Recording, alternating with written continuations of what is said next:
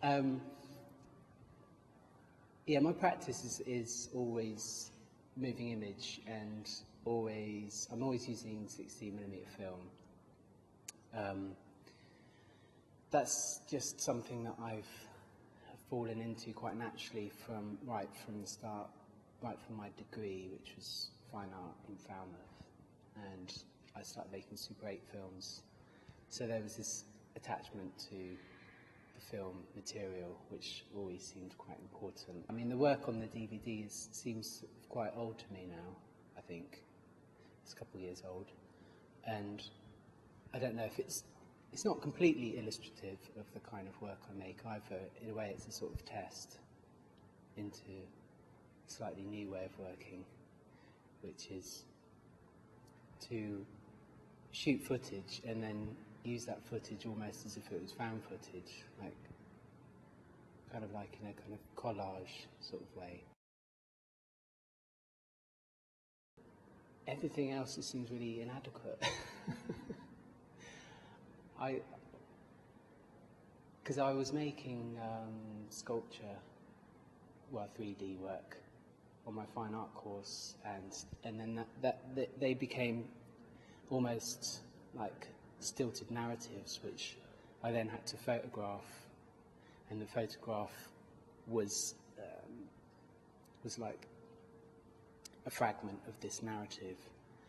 And yeah, that did seem inadequate. I wanted movement and time and space and sounds. I wanted all those things kind of involved. And so film seems to just incorporate every kind of all these different kind of ways of seeing and hearing, which it just seems really rich. I mean, it does have a bearing on the kind of work I've been making, I suppose, in that it's been aimed towards that kind of cinema context, so that it has a very specific structure, beginning, middle, and end. You know, you've got the audience's attention for X amount of time, and then just over the last couple of years, just through various projects I've been working on, that has seemed really limiting. So, and I've wanted to kind of break out of that sort of structure of,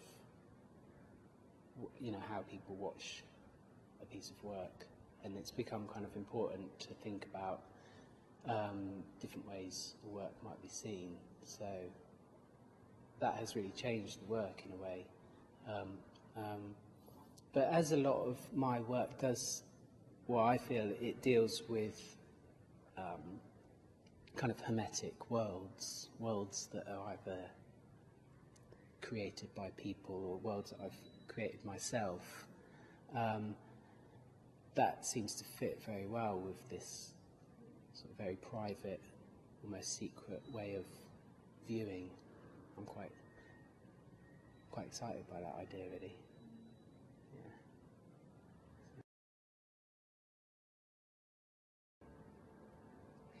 Well, I guess with using film, it's different to video. I mean, an image moves through a series of repeated, or not repeated, but slightly different, altered still images.